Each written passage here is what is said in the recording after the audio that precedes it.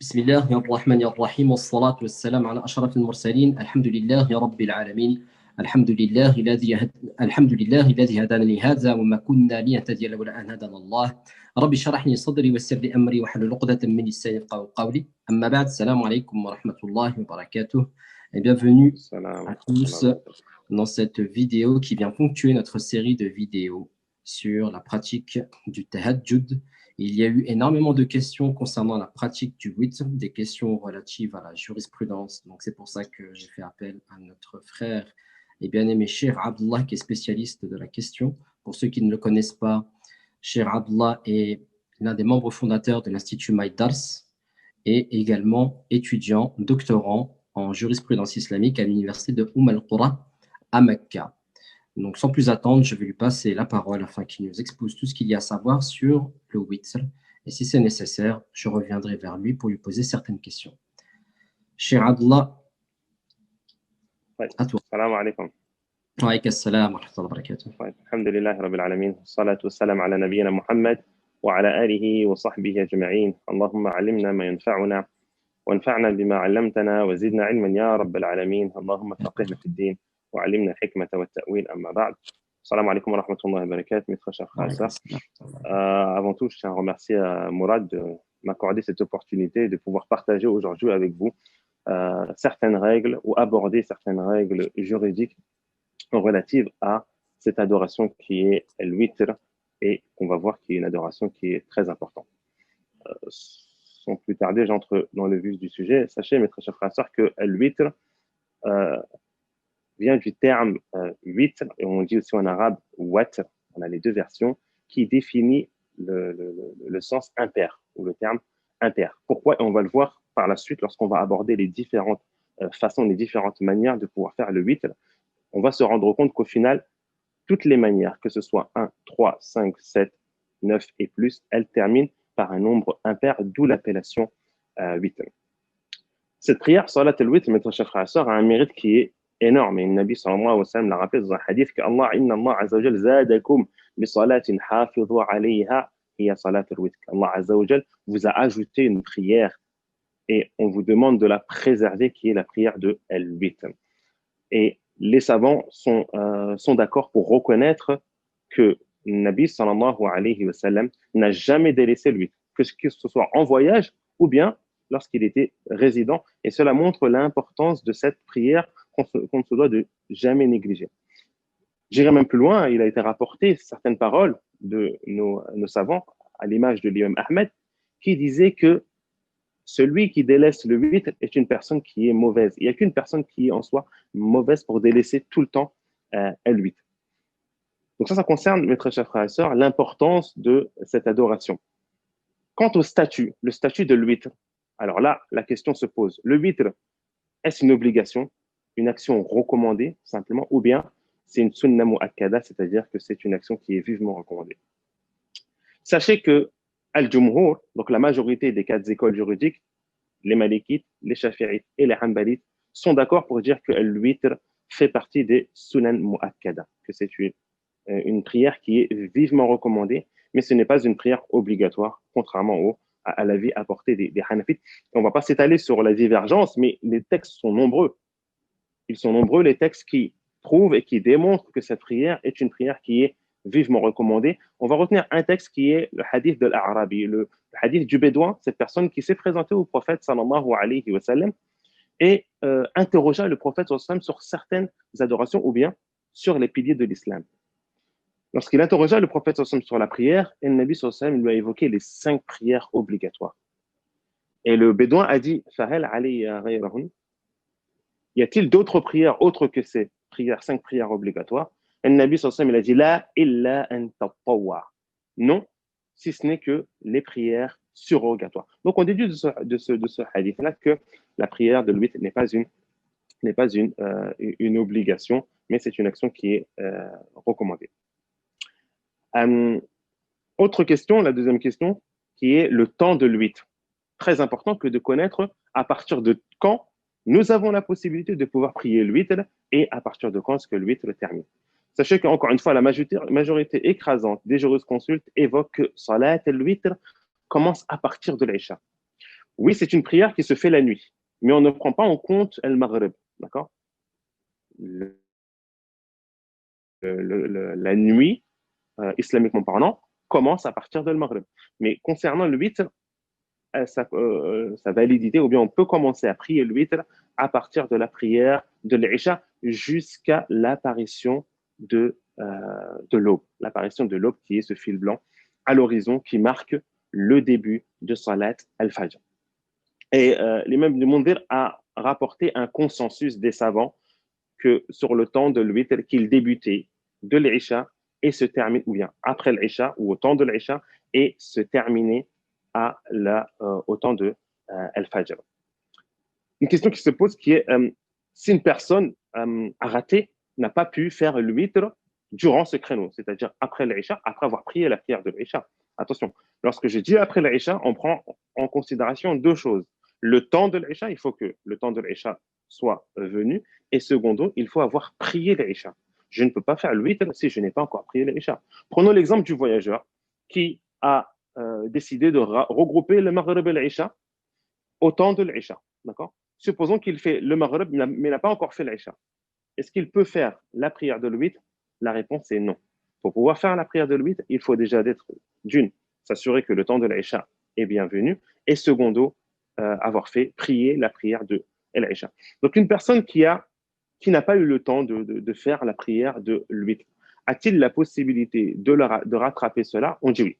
La personne qui n'a pas fait l'huître a la possibilité de, euh, de rattraper cela durant la matinée. D'accord? Comme il a été rapporté dans le hadith que le Nabi sallallahu alayhi wa sallam, إذا غلب عليه النوم صلى من النهار 12 ركعة.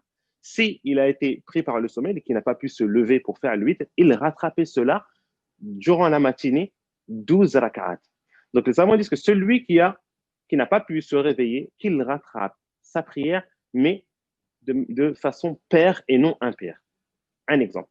Tu avais pour habitude de prier 3 rak'at pour l'huître. Tu n'as pas pu te réveiller. Il t'est demandé de rattraper cette prière 4 rak'at. Tu ne pries pas 3 rak'at en matinée, car l'huître, encore une fois, il a un temps excusez-moi, qui est durant la nuit. Donc, tu rattrapes ce witr-là en matinée, 4 rak'at, tu fais 2 rak'at, 2 rak'at. Toujours dans le temps du 8, quel est le meilleur moment? L'un d'entre nous peut se poser la question. Je souhaite choisir le meilleur moment pour pouvoir prier à 8. Eh bien, le meilleur moment, mes très chers frères et sœurs, est le dernier tiers de la nuit. Le dernier tiers de la nuit, à ce moment où Allah Azza wa Jal descend dans le ciel de Dunya fi sama et Dunya dans le ciel de ce bas monde et il demande, y a-t-il des personnes qui demandent le pardon et autres, comme il a été rapporté dans le hadith. Donc, c'est le meilleur moment. C'est le meilleur moment pour prier. Et pour calculer le dernier tiers de la nuit, c'est simple, on prend du temps de le Maghrib, là, cette fois-ci, on comptabilise à partir de le Maghrib, jusqu'à le Fajr, et on divise en 3. Donc, supposons qu'on a 9 heures entre le Maghrib et le Fajr, on a 9 heures, eh bien, c'est simple. 3 heures avant le Fajr, si le Fajr est à 7 heures du matin, donc 3 heures avant le Fajr, à partir de 4 heures du matin, on entre dans le dernier tiers de la nuit, ce qui est le meilleur moment pour pouvoir faire la Salat al-8. Bien sûr, cela est recommandé, mes très chers frères et sœurs, pour celui qui sait qu'il a la capacité de se lever et de se réveiller avant le Fajr. Certaines personnes ont peut-être des journées très chargées, sont très fatiguées et savent pertinemment qu'ils ne pourront pas se réveiller avant le Fajr. Donc à eux, on leur conseille ce que Nabi sallallahu a conseillé à Abi Huraira. Hein? Abi Huraira a dit que Khalid, mon bien-aimé, m'a conseillé 3 choses. Parmi ces 3 choses, de faire l'huître avant de dormir. Donc, si une personne sait qu'elle sera trop fatiguée pour pouvoir se lever, elle a la possibilité de faire l'huître avant de dormir, bien sûr en respectant le temps qui est à partir de l'Aïcha et après avoir prié la prière de l'Aïcha. Nombre de raka'at. Donc maintenant, on va entrer encore une fois dans le vif du sujet. Le nombre de raka'at. Le witr. Quel est le nombre de raka'at concernant le witr? Y a-t-il un nombre bien précis? Ou bien, je suis libre de pouvoir prier le nombre de raka'at que je souhaite.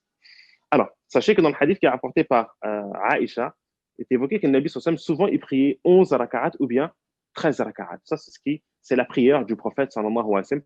C'est ce qui a été rapporté. Cependant, nous avons la possibilité de prier le 8, une raka'at.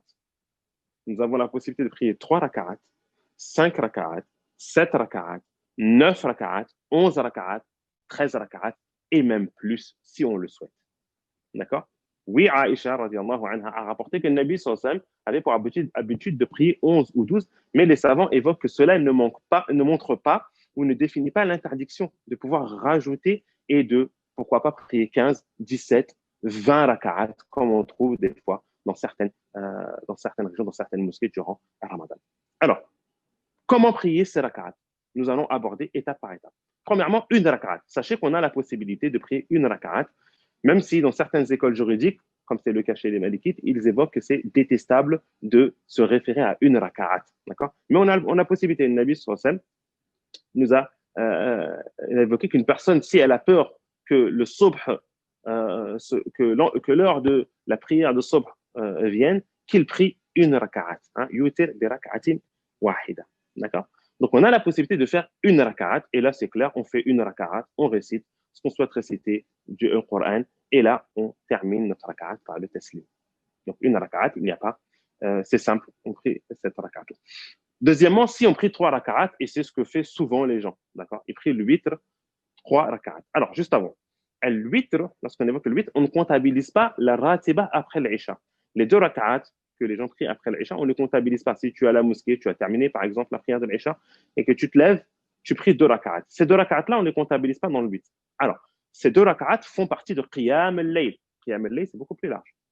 Ces 2 raka'at font partie de qiyam al-layl. Mais est-ce qu'on comptabilise ces 2 raka'at dans le 8? On dit non, le 8, on le met bien à part. Donc là, on priera 3 raka'at. Comment prier ces 3 raka'at? On a 2 méthodes. Soit, mes très chers frères et sœurs, on prie 2 raka'at, ensuite on clôture la prière et on se lève et on prie une raka'at qui est le 8. Ceci est la première méthode. Et une méthode qui est recommandée, que Nabi sallallahu alayhi wa sallam aussi a recommandé de faire, car il a évoqué le Nabi sallallahu alayhi wa sallam dans un hadith où il disait Salatul layl masna masna. La prière de la nuit, c'est 2 raka'at. Donc il est conseillé de prier 2 raka'at et ensuite on clôture et on apporte la 3e raka'at.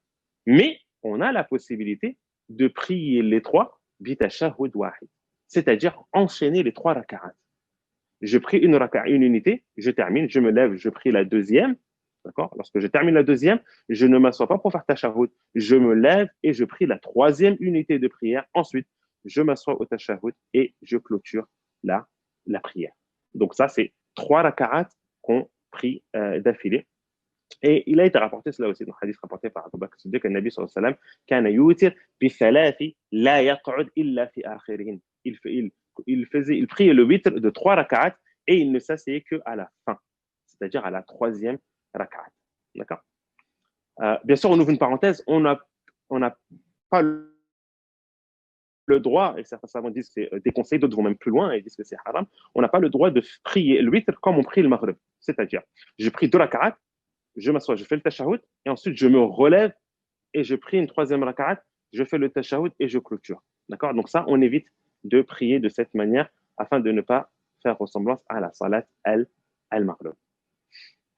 Quant à celui qui, maintenant on passe à 5 raka'at, celui qui prie 5 raka'at, par rapport au texte, alors j'ai bien par rapport au texte, qui a été rapporté que le Nabi sallallahu alayhi wa sallam, lorsqu'il priait le witr, il enchaînait, même quand il priait 13, il enchaînait les 5 raka'at. La yajlis fi shay'in illa fi akhirihin. Il enchaînait, il priait 5 raka'at sans s'asseoir, si ce n'est qu'à la fin. Donc ce qui est conseillé, je dis bien conseillé, c'est que la personne qui prie 5 raka'at, la prière d'une traite. 5 raka'at d'affilée, il s'assoit à la fin et il clôture la prière. Cependant, vous avez la possibilité de prier 2 raka'at, ensuite 2 raka'at et ensuite une raka'at. Car le Nabi sallallahu alayhi wa sallam a dit Salatul layli mathna mathna. La prière de la nuit, c'est 2 raka'at, 2 raka'at. Pour ça, il n'y a aucun problème, ce n'est pas une interdiction, mais je vous évoque ce qu'il y a de mieux. Ce qu'il y a de mieux par rapport au texte, c'est de enchaîner ces fameuses 5 raka'at. 7 raka'at. Pour une personne qui prie 7 raka'at, il a 2 façons de prier. Soit il enchaîne, mes très chers frères et sœurs, il prie les 7 raka'at d'affilée, comme on a pu voir auparavant. Il prie 7 raka'at, il s'assoit au tashahhud à la 7e raka'at et ensuite il clôture la prière. Et ceci a été rapporté dans le hadith de Salama, que le Nabi sallallahu alayhi wa sallam, il enchaînait des fois 5 raka'at, 7 raka'at, sans séparer entre entre ces rak'at et il s'assied à la fin pour le tashahhud. D'accord. Et on a la possibilité aussi de prier 6 unités. D'accord. On s'assoit, on fait un tashahhud, on ne fait pas le salam, on se lève et on prie la 7e unité. Ensuite, on s'assoit, on fait le tashahhud et on clôture la prière. D'accord. Donc, on a la possibilité de faire ça. De même, et je reviens à ce que j'ai évoqué auparavant, vous avez la possibilité de prier 2 rak'at, 2 rak'at, 2 rak'at, jusqu'à arriver à 6 et ensuite prier la 7e rak'at. D'accord. Encore une fois, je vous évoque par rapport au texte. Celui qui fait le 8 de 9 rak'at, d'accord, 9 rak'at. Dans ce cas-là, il a la possibilité, encore une fois, de prier les 9 rak'at enchaînés et de prier d'une traite les 9 rak'at, d'accord, comme on l'a pu voir dans la méthode précédente, d'accord. Et il a la possibilité aussi de faire ce qu'on a évoqué, c'est-à-dire de prier 2 rak'at jusqu'à arriver à 8. Ensuite, il se lève et il prie la 9e rak'at. D'accord. Alors, ensuite, 11 et 13, 11 et 13, on reste dans la généralité. La personne a la possibilité, si elle fait 11 et 13, de prier 5 rak'at, par exemple, d'affilée, et ensuite, prier 5 rak'at, ou bien prier 7 rak'at et compléter. Mais ce qui est recommandé, excusez-moi, à la personne qui prie 11 ou bien 13, c'est de prier 2 unités, car le Nabi sallallahu alayhi wa sallam, encore une fois, dire Salat al-Layl, mathna, mathna. Donc, 2 unités de prière à chaque fois. Et ceci est recommandé pour la personne qui prie 11 ou 13 rak'at, ce qui est le 8 du prophète, sallallahu alayhi wa sallam. De même, celui qui ajoute, celui qui prie 15, celui qui prie 17, on va lui le conseiller de prier 2 unités à chaque fois. Donc, pour faire une petite synthèse, si on prie moins de 9, ou bien si on prie jusqu'à 9 rak'at, on a une certaine méthode à respecter si on souhaite faire ce qu'il y a de mieux, d'accord, qui est si on prie 3, donc là on a le choix entre enchaîner les 3 ou bien faire 2 et 1. Si on prie 5, on enchaîne les 5. Si on prie 7, on a 2 façons. On a la possibilité que de enchaîner et prier 7 rak'at d'affilée, comme on a la possibilité aussi de prier 6, de s'arrêter à la 6e, de faire le tashahhud, de se lever et de prier à la 7e. De même qu'aussi on prie 9, on a la possibilité encore une fois d'enchaîner 8 rak'at, s'asseoir pour le tashahhud, ensuite se lever et prier la 9e rak'at. Au-delà de cela, 11, 13 et plus, on vous conseille directement de prier 2 rak'at. D'accord. Ensuite, dernier point par lequel je souhaite clôturer cette intervention, à moins qu'il y ait des questions par la suite, c'est y a-t-il une invocation à dire lorsqu'on termine le witr? Oui, le Nabi sallallahu alayhi wa sallam, lorsqu'il terminait le witr, il disait Subhan al-Malik al-Quddus, ou bien Subbuh Quddus, Rabbul Malaikati wa Ruh. Il le disait à 3 reprises, et à la 3e fois, il le disait de manière à voix haute. D'accord. Et ces invocations, bien sûr, vous les retrouvez dans la Citadelle du musulman, qui est un livre, encore une fois, que tout musulman se doit d'avoir. C'est un livre qui est magnifique. On a toutes les invocations qu'on a besoin au quotidien dans ce livre. Donc, c'est vraiment l'ami inséparable de chaque musulman. Voilà. Mourad, j'ai fait à peu près le tour des questions, des questions qui sont posées, la plupart des questions qui sont posées relatives au witr. Si tu as des questions, surtout n'hésite pas et je me ferai un plaisir aussi de répondre aux éventuelles questions des personnes qui t'interpellent par rapport à cela. Barakallahu fik, Cheikh Abdallah. Justement, je vais me permettre de te poser certaines questions en rebondissant sur certains des éléments que tu as apportés, notamment en introduction, lorsque tu as parlé du moment de l'accomplissement de la prière du witr. Tu as donné l'exemple de celui qui accomplissait le jem, qui était en voyage, qui devait donc attendre de prier. Maintenant, celui qui va faire le jem, mais qui va le faire au moment du maghrib, il doit tout de même attendre l'heure du isha. Arsène, très bonne question. Effectivement, à ce moment, la personne qui fait ce qu'on appelle le jam' al-taqdim, donc il rassemble, il fait le regroupement avancé, il prie le maghrib et l'isha au temps de le maghrib, il ne pourra faire le witr qu'à partir de l'isha. D'accord. Il ne pourra faire le witr qu'à partir de l'isha et pas avant. Une question suivante. Alors, je reviens juste à rebondir, puisque comme c'était sur la pratique du Qiyamul Layl, plutôt concentré sur le tahajjud, mais qu'il y a quand même eu certaines interrogations concernant la prière du Tarawih. On a vu en France, notamment avec ces dernières années, pendant Ramadan, qui tombait en plein été, avec un horaire de l'Isha qui était très retardé, notamment certaines, je ne sais pas comment appeler ça, mais certaines interprétations qui disaient qu'on pouvait accomplir la prière du Tarawih juste après la prière du Maghrib. Non, non. Donc, effectivement, ça, c'est une des questions qui a été posée, une question pertinente. Ça fait partie des Nawazil. Et oui, il y a un avis qui a été évoqué, c'est l'avis du Conseil européen de la fatwa qui a émis cet avis que, vu le contexte en France et que la prière de l'Isha est très tard, ils ont permis, durant cette période, de pouvoir prier Tarawih. Ils ont laissé le choix, ils ont trois options, hein, ils ont évoqué trois options, et parmi ces options, qui est de prier al-Maghrib, prier l'Isha et directement de prier le Tarawih juste après. Quoi qu'il arrive, si on regarde encore une fois l'avis des jurisconsultes, ils sont clairs par rapport à cela, que le Tarawih, qui fait partie de Qiyam al-Layl, qui fait partie du Tahajjud, et qui est comptabilisé aussi comme le Witr, doit être fait après le temps de l'Isha. On se doit d'attendre le temps de l'Isha et faire cela. Quant à celui qui rassemble, encore une fois, le Maghrib et l'Isha au temps de le Maghrib, il ne lui est pas permis de pouvoir prier après le Maghrib. Après, si certaines mosquées prennent l'avis du Conseil européen, la décision, la responsabilité reviennent à eux par rapport à cela. Concernant le fait de rattraper la prière du witr pour celui qui n'a pas pu l'accomplir en son temps en accomplissant 2 unités de prière. Ces 2 unités de prière qui doivent être étalées au cours de la journée, ou ça peut être fait à n'importe quel moment, ou il y a un moment bien précis, c'est au moment du réveil. Celui qui rattrape le witr, d'accord, encore une fois, celui qui rattrape le witr, il le rattrape comment dire ça, il faut que la prière soit un nombre pair au final. C'est-à-dire, si une personne avait pour habitude de prier 11 rak'at tous les soirs, il n'a pas pu se réveiller, d'accord, à ce moment. Il n'a pas pu se réveiller. Bon, après, les Malikites, eux, ils ont une explication bien définie à eux entre le moment où elle se lève et le moment où elle va accomplir le fajr, qu'elle a la possibilité de rattraper durant cette période-là. Mais quoi qu'il arrive, la personne, elle a toute la matinée pour pouvoir rattraper cela. Comment rattraper cela? Si tu as pour habitude de prier 11 rak'at, tu prieras 12 rak'at. Si tu as pour habitude de prier 9 rak'at, tu prieras 10 rak'at. Si tu as pour habitude de prier 7, tu en prieras 8 et ainsi de suite. Donc, si tu as l'habitude de prier 3, tu prieras 4 rak'at, 2 rak'at, 2 rak'at et c'est terminé. Ce n'est pas une obligation que de le rattraper. Bien sûr, c'est pour celui qui le souhaite. Si tu souhaites rattraper tes prières, tu as la possibilité de procéder comme je viens de l'évoquer, d'expliquer. Concernant également l'accomplissement, est-ce que ça doit être fait à voix haute ou à voix basse, ou ça a la libre appréciation de… Non. À la base, les prières de la nuit, salatul layl, elles se font à voix haute. Les prières de la nuit se font à voix haute. D'accord? Cependant, si la personne le fait à voix basse, elle a la possibilité. Ce n'est pas interdit.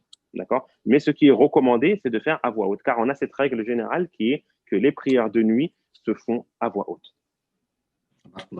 Et dernière question, pour le witr, est-ce qu'il y a une sourate à lire de préférence ou c'est à la libre appréciation? Oui, nombreuses sont les versions par rapport à cela aussi. Beaucoup de savants disent que lorsqu'on fait ce qu'on appelle le chef al-witr, hein, l'appellation chez les malikites, et dans les autres écoles juridiques, ils l'appellent le witr. Donc, lorsqu'on fait le chef, c'est-à-dire les 2 unités qui précèdent le witr, de réciter surat al-A'la, Sabih isma rabbika al-A'la dans la première rak'at, et surat al-Ghashiyya dans la seconde, ou bien surat al-Kafirun dans la seconde, plusieurs versions sont rapportées, et dans le witr de réciter al-Ikhlas, surat al-Ikhlas, ou bien permettre aussi de réciter les trois dernières sourates d'affilée. D'autres versions font référence aussi à surat Zalzala, d'accord, voilà ce qui me vient à l'esprit concernant les sourates qui sont conseillées de lire. Et encore une fois, conseiller la personne, si elle ne connaît pas ou bien souhaite lire d'autres sourates, elle peut. Et cela est permis, il n'y a aucun mal. Jazakallah khaira, Cheikh Abdallah, je te remercie. Ça a été très clair, très concis. Et j'espère qu'on aura l'occasion de se retrouver très prochainement. C'est moi qui te remercie encore une fois de m'avoir accordé cette opportunité de pouvoir faire profiter nos frères et sœurs et ceux qui nous suivent sur ces questions importantes, pertinentes qu'on se pose au quotidien. Barakallahu fik, Allah Azza wa Jalla te récompense pour tous ces efforts et ces vidéos et cette série de vidéos que tu as lancées. On demande à Allah Azza wa Jalla de mettre la baraka et faire en sorte que ces vidéos soient une cause pour que un grand nombre de musulmans profitent, surtout durant cette période Et je pense que tu n'as pas choisi au hasard cette période qui est la période d'hiver, qui est vraiment ce qu'on appelle al-ghanim al-barida. C'est un butin à portée de main, car les journées sont courtes pour le jeûne, c'est magnifique, et les nuits sont longues, ce qui laisse du temps de se reposer convenablement et pouvoir faire qiyam al-layl. Barakallahu fik. Avec Habibi. Je termine juste en m'adressant à tous les auditeurs et auditrices de Mon Coran en vous disant que si vous avez d'autres questions à poser sur le sujet, n'hésitez pas à en faire part en commentaire. Et également, vous pourrez regarder dans la description de cette vidéo, que ce soit sur YouTube, que ce soit sur Instagram ou que ce soit également sur Facebook, la possibilité d'assister ou de vous inscrire au cours gratuit de MyDars pour que vous puissiez être au fait des différentes interventions qui peuvent être offertes et qui sont très régulières. Il me semble que c'est tous les mercredis, tous les dimanches, Abdallah, c'est bien ça? À peu près tous les dimanches, on a une intervention à peu près tous les dimanches. Voilà, donc c'est le moment d'en profiter. Barakallahu fikoum, qu'Allah Azza wa Jal fasse du Coran le printemps de nos cœurs et je te remercie encore une nouvelle fois, Abdallah. Amin, amin, amin.